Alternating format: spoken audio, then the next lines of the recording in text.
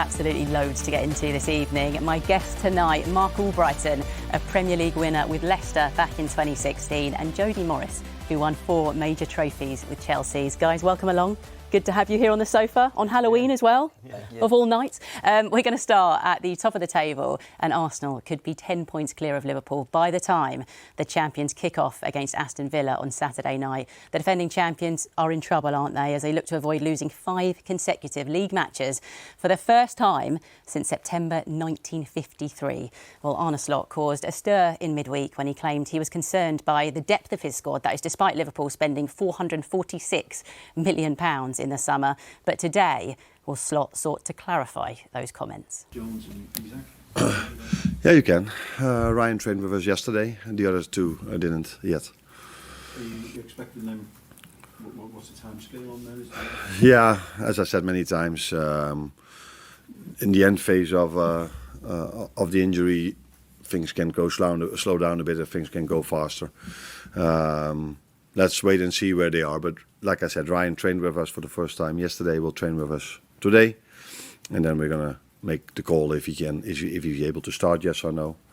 And the other 2 are probably 99.9% sure not in the squad Saturday. You talked about squad depth after the game against Crystal Palace. What is it you think you're missing? What did you think that you need? We miss nothing, so I'm happy that you asked this question. I'm completely happy with the team, with all the quality we have, and I'm also completely convinced by the strategy and the policy we have.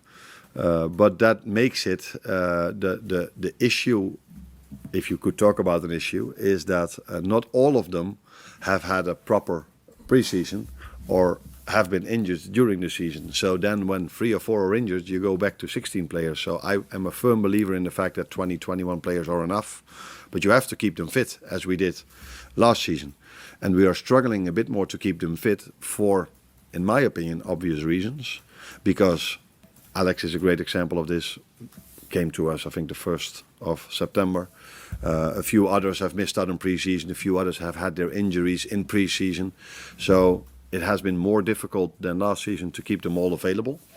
And if then a few of them are not available, then it comes down a lot towards the same players. And maybe last season we were more lucky, or now we're a bit more unlucky. Again, no excuses for our results before people are going to say this again. But we had to play a lot of away games with only 2 days rest in between. And that would have been a difficult schedule for every player last season. And I mean a player that has been fit throughout pre-season, throughout the whole season, but that has not been our situation. And then I think you have to manage it, because upcoming week is again free in 7 or 8 days. So there's nothing to do with the squad depth. It has to do with how we've went through the season in terms of injuries and availability, and players available to play every single time 2 games in 3 days. Finally for me, there's been a lot of speculation about contract negotiations for you. Are there talks ongoing at the moment? Can you tell us? This is the last question I was expecting. I think my focus could be completely on getting Liverpool back on winning ways, and that's my first answer. And the second answer is that contract talks, if they are even there, are never. We never spoke about this here. But let us first start to win again. That's where my main focus is on. Arne, you mentioned there about the injuries that your team is suffering with and have suffered with across the first few weeks of the season, and the fact that the schedule is as demanding as it ever is. With the issues that you've got at the moment, how are you going about trying to solve these problems? How difficult is it to solve them in season, with the injuries and with the number of games that you've got as well? Just handling the situation as it is. So Alex is, let me use Alex as an example. He had to do his pre-season inside the season, and people can then argue, why do you play him? But yeah, if I don't play him, I don't have him available. And we need to have him available, because otherwise I have to play Hugo every single game. And I was just with Owen Hargreaves when he made the comparison between the 2 of them. And he showed that the both of them for another reason, by the way, but he showed me over there that both of them played. One played 34 games last season, the other one 34, and we play 60 over here. So that's why I need to get Alex as soon as I can into playing as many games as he can, and that has been something not only with him but with a few others as well. So Jeremy Frimpong has been in and out with injuries quite a few times. Same with Conor Bradley. So if one is out, the other one has to play more. That's why I've played maybe also Dominic Szoboszlai a few times in that position. So that has been something what every team, by the way, has. So it's again not an excuse for us because every team works with this. But what was a bit different than, for example, for me last season is that last season they all had 1 year Premier League experience as a minimum, and they were all fit when we started, and they stayed fit. And now they weren't all fit from the start, and then it's also then you have to some players have to play maybe even more than you want them to do, which is a risk for them getting injured as well. But it's just a situation as it is, and we have still more than enough good players available to play the game on Saturday, to play the game on Tuesday, and to play the game on Sunday. But I have to take care of a few of them, and that's why I made the decision not to play 7 or 8 players 2 days ago. When you look at the run of results you've had, I know you've never had a run like this in your career before. How much are you learning about yourself and your capabilities as a manager to adapt to this sort of situation and deal with all these problems that we're talking about? Maybe learning comes then a little bit later, because now you're mainly focused on how can I change, and you always evaluate the decisions you've made, the choices you've made, or the things you've done afterwards. And my focus is now not so much on trying to look back on what has happened, but more on how can we get a very good performance on Saturday. And so yeah, maybe the learning part is going to come a little bit later, but for now the focus is on the future and is on how can we get a good result, or at least a good performance against Villa, because normally a good performance from this quality players leads to a good result. Let's start then by talking about those comments in his news conference earlier. Is he fair to talk about the injuries, or do you kind of look at it and say, well, the amount of money you spent over the summer, that shouldn't be a problem whatever happens? I think you're always going to get people that are going to question that just purely on the numbers that they've spent and also the amount of players that they brought in. But I can actually see where he's coming from when you're talking about players that maybe can't play 3 games in a week, or they're not up to speed to do that, and you'll have the fitness people in the background or the medical department saying, like, in your ear saying that he's maybe on amber this week or whatever, and it could be at risk if you then want to play him. So I think it's fair for people to maybe criticise a little bit those comments when you have brought in the amount of players, but you have to understand that's a manager that's trying to not just build and win right now, even though they are at that place at the moment. But he is trying to protect players, and he's going to want his players available for the rest of the seasons. And only people that are behind the closed doors there will know what's going on from a physical aspect. Mark, when you look at the stats, I mean, it doesn't make for good reading, does it? 6 defeats in 7 in all competitions, 4 on the spin in the Premier League. The fact that they've fallen 7 points behind the leaders Arsenal now. Jamie Carragher is calling it a crisis. It feels like it's spiralling a little bit. What's your assessment of what's happening at Liverpool? I think it's so early to label it a crisis, I'll be honest with you. I don't think it is that yet. I think there's certainly conversations that probably need to take place in-house. There's meetings, players and management meetings. Where is it going wrong? What is the big difference between last year and this year? But I agree with what Jody says in terms of these players that have come in. There's probably a lot of pressure on them as well to go and perform, because there's so many coming at once. And price tag, right? Price tag is huge. And I think Liverpool have probably in the past had a name for going a bit under the radar with their business that they do in transfer windows, whereas this has been so well documented, especially the Isak transfer and the Wirtz transfer. These have been all over. It's been a massive saga for so many months. So probably taking some adjustments. And I mean, you know better than anyone what it's like to sort of reach the top of the mountain. I know it's completely different when you won the title with Leicester in the most sort of improbable of Premier League title wins. But how hard is it to go again? It is difficult, I'll be honest with you. And like you say, you're Different right to allude situations, right? to it being different. I think from my point of view, when we did win it at Leicester, there was an excitement the next season, mainly about the Champions League, because so many of us hadn't played Champions League football, and we'd had a bit of a disrupted pre-season in terms of we got entered into something called the Champions Cup, and we're used to playing, sort of going to Austria and playing a League Two Austrian side, and so all of a sudden we're playing Barcelona. A little bit different. Yeah, it's totally different. But as well, like there is similarities in terms of a disrupted pre-season. Slot spoke then about obviously the transfers disrupting it, and then obviously the tragic events surrounding Diogo Jota as well. And players that were close to him will grieve at different times, and it will take its toll at different times. So that's something I think we've got to bear in mind as well. Yeah, I think you're very right to bring that up. Just a word on, you mentioned some of the big signings earlier. A huge one was Florian Wirtz, of course. Why do you think he hasn't clicked yet? Because it feels like the narrative around him is it's going to work out, it's going to happen at some point. Obviously, they're 9 games in and this is the situation. Is it a case of he's not in form at the moment? He obviously hasn't hit the ground running, but maybe players around him aren't in that form either? Yeah, and I think, and also not just the price tag and stuff like that comes with it, but it's his position. He's a number 10. Now, if you want your number 10s to be firing on all cylinders, you need the majority of the people, particularly behind him, your midfielders, your defenders and all that, to be fluent in their possession, moving the ball well, getting you the ball in the right areas, getting you the ball maybe when you're demanding it.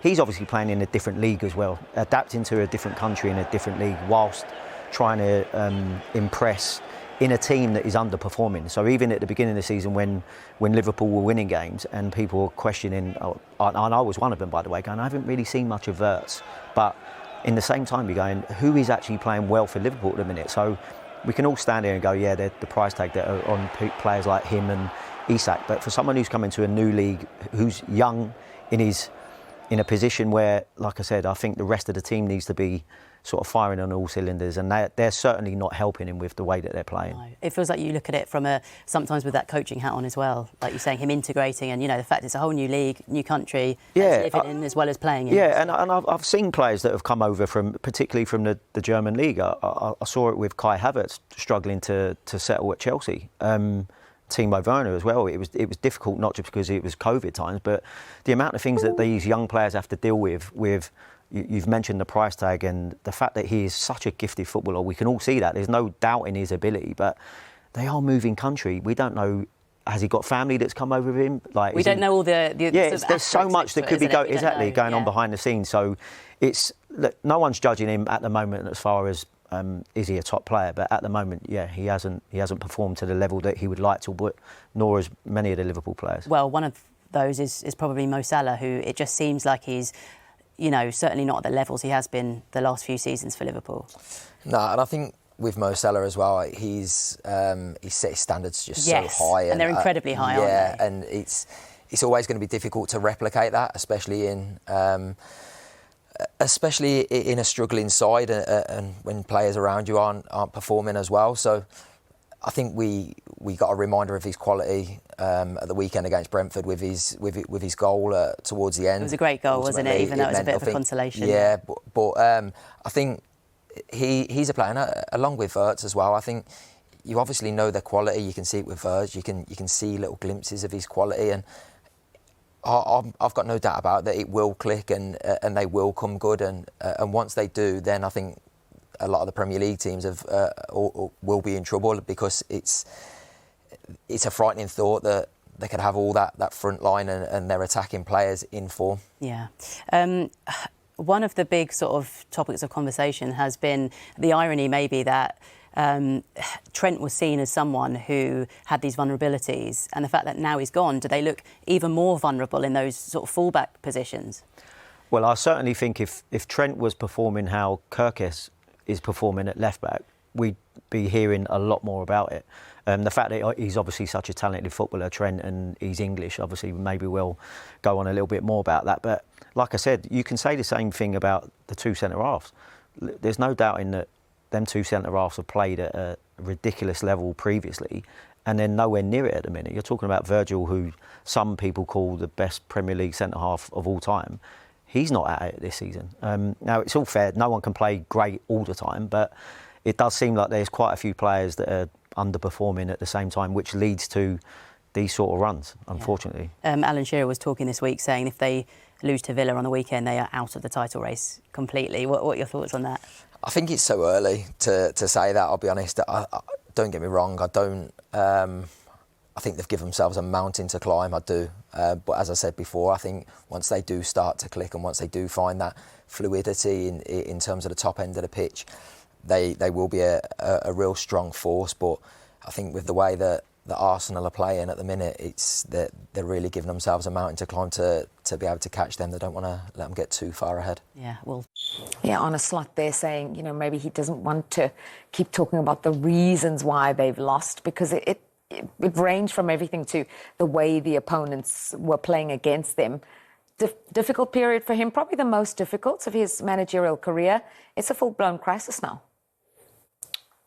Yeah, it's getting there. To be the champions, and he must, like last season, he must have thought, what's all the fuss about the Premier League, toughest league in the world? It's easy. You know, he's come in there, wiped everyone aside, they won enough games, they lifted the trophy, everyone was happy, they spent an absolute fortune in the summer market. Yes, they didn't get the defender what they needed, Mark Gay, so they lacked cover there. But they went and got the Isaks, the Ekatikas, Wirtz, you know, top draw players across Europe, you know, and Ekatika's the only one at the moment, all right, mitigating circumstances regarding Alexander Isak because of the injuries. But they're just not settled. They really haven't. And no one's listening to excuses because you can't give any excuses, really. You shouldn't give excuses. It's just not been good enough. I just think you're big players. And whenever we highlight and we show some roles of Liverpool, we always show two players, two of the massive big players, Virgil van Dijk and Mo Salah. Now, we show them for a reason because they are the leaders. They are the two best players. Now, it's time, guys, for you to stand up, for everyone else in that dressing room to look. When you're having a bad time, even if you've been successful, you look and you say, where's the leader? You look at your manager, you see how he's coping with it. I'm not sure you're too enamelled when he's coming out in press conference saying, we can't deal with the long balls. Teams sit on a low block, the long throws. You know, he's almost telling the opposition how to play against us. But I think it's time for them two guys on the pitch, Mo Salah and Virgil van Dijk, to stand up and lead the rest of them. They're capable of doing it. They've done it before, and I think they will do it again. There's no doubt in my mind it will click sooner rather than later, and they're capable of going 15 games without getting beat. I'm sure of that. If you ask Mikel Arteta at the moment, who are the favourites to go and win it, and Pep Guardiola, they'll be looking over his shoulder, looking for a red shirt. In Liverpool, it'll be the time. They'll be the team. They'll be the team who will come with a run. You cannot win the title now in October, November, but you can certainly lose it. You'd be too far behind, and they're going that way at the moment. They need a result for their life at the moment. Yeah, I think, you know, when we just had in the bottom left of the screen there, the bigger picture, which is 6 defeats in the last 7.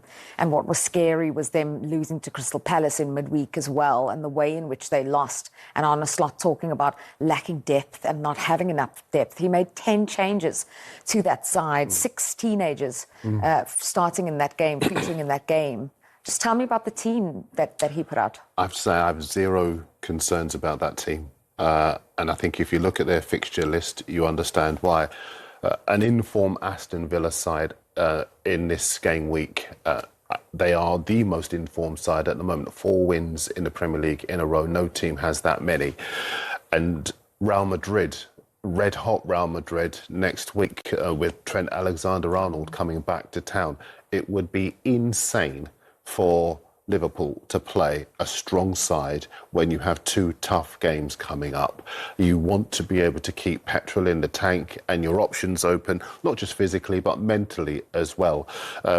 You started off this chat by talking about Slot and the fact that he didn't want to talk too much about the reasons, and I understand why, because in PR terms, anything he says is used as an excuse against him. And in many respects, he can't win. So I think he's got really good advice in that regard.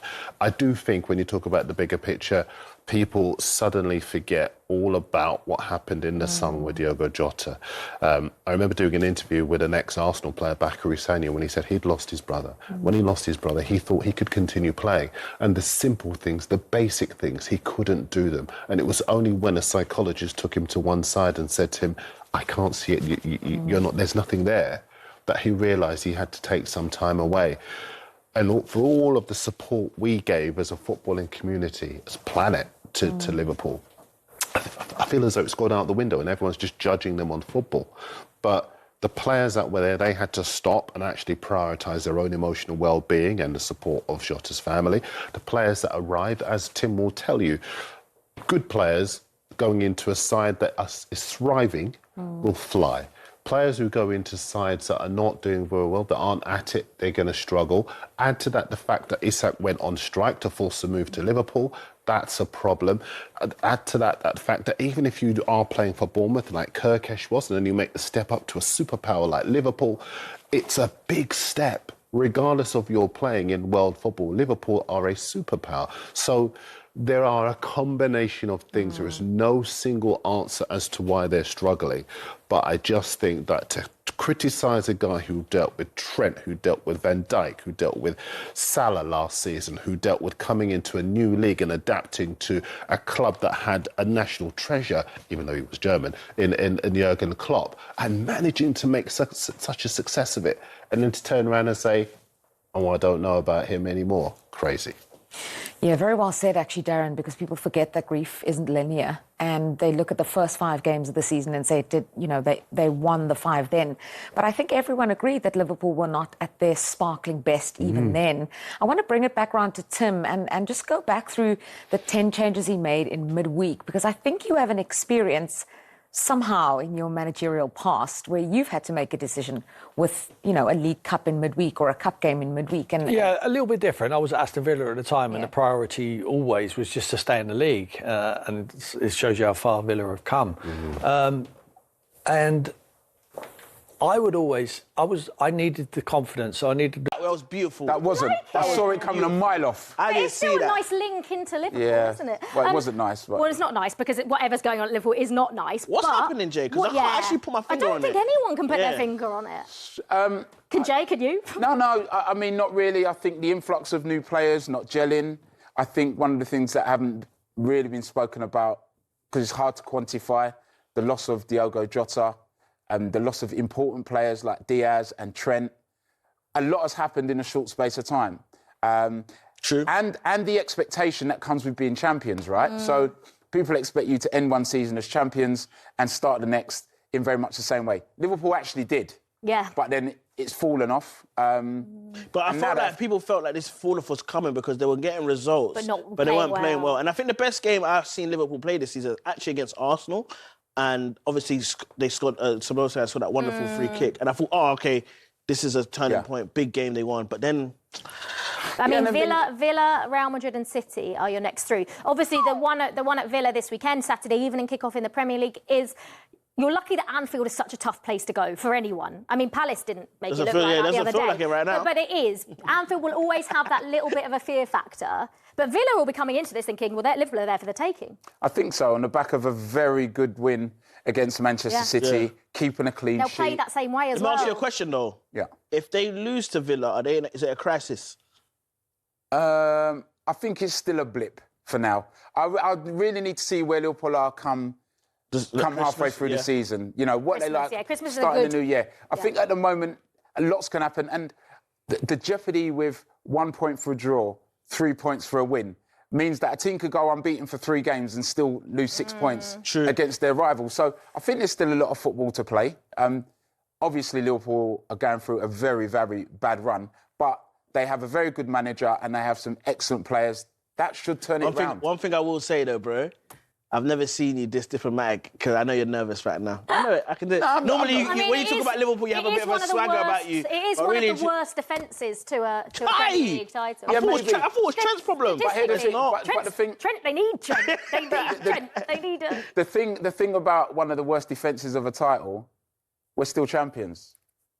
True. Well, yeah, you have to be champions to Exactly. have a start to... That's my point. Ooh, I like that. That's my point. That's the J I know. Swagger J. Surely it makes it worse, though, because That's you my should be point. way better than you are. Not necessarily. We're champions again. He's basically saying teams like yours can't defend. Yeah, full stop. Yeah. They can't defend anything. There's nothing to defend. Can Liverpool get top 4? I think it's not Took out. the words out of my mouth. That was weird. It was like magic. It's not out of the realms that Liverpool still go and win the league. I think it is, but Nah, it's not out of the realms. I still think. Because you know Arsenal could drop it. Very true. They have form for that. Knew you were going to get that in there somehow. Said that his team are facing a lot of long balls. We haven't been able to find the answer to long balls. And actually, if you look at this graphic, I think it pretty much sums it up. Most long passes faced in the Premier League this season. Liverpool, 571. Bournemouth next, who are obviously second in the table. But they have faced the most long passes in the division. It's quite interesting that though, Leo. Yeah. Because I was going to say, normally, I think if that's the case, then at the top end of the pitch, maybe they're not putting enough pressure on the ball. Yeah, it's a really good point. Is that what you think it is? It's no pressure at the top end of the pitch? I think so. You know what? They've got players in there, big gone in there to rate like Wirtz and Ekitike. But, you know, your first job as a forward player in a team who haven't got the ball is to put pressure on the ball. And it turns those long passes into just kicks up the pitch and easy for the defence to deal with. Yeah. But so the quality of the long passes has got to be looked at as well. Well, I think that last graphic was an interesting one. This one's, I think, is actually even more interesting. They've faced, obviously, 9 teams this season. This is in fixture order. First game of the season, Bournemouth played 70 long passes. That's their most long passes they played in the Premier League this season. Then there's a 5th, 4th, 3rd for Newcastle, Arsenal, Burnley, Everton, but still quite high in their number of long passes. But look at the last 4 weeks. They've faced Crystal Palace, Chelsea, Man United and Brentford. All 4 of those have played their most long passes in a game against Liverpool. Yeah. You look at those sides, Jermaine, and the first thing you say, most of those sides, you think they play. But they're changing their tactics against Liverpool. I think you have to earn the right to play. Sometimes there's nothing wrong. People talk about a long ball. It's not a long ball. Maybe a long pass. And you better quite with Shara's goal. It's not a long ball. It's a long pass. And you know, you see a lot of these teams now that are playing more long passes and actually scoring and winning games. So they've got to find an answer to the long ball over the top. Maybe more pressure on the ball at the top end of the pitch. That's what you think, certainly from a forward perspective, close them down quicker. But also you have to find an answer to second balls, physicality, winning your duels as well. Let's play this through. And these largely speak for themselves, don't they? I mean, it's just, can you win the first one? You do. Can you win the second one? It's a tackle. Curtis Jones, that's too easy. Yeah. No real reaction. Yeah. Yeah, and I mean, Andy Robson used the word fight. And it is fight. You know, they're losing the fights, they're losing the little battles. Can you hold it up? Too easy, is it? No, too easy. And that's too easy as well. It's gone past him too easy and he's had to foul him. Wins a free kick. And against a Brentford side at home, the crowd are just, they're up for it. You know they're going to be up, don't you? Absolutely. Winning these tackles and Giving coming it out away. possession. Here they go again on the attack. Look at them, 3-4 players running forward. I just think the difference, we can see the difference between the Brentford press and Liverpool press. Yeah. The intensity. Is the hunger there for Liverpool, having won the title last season?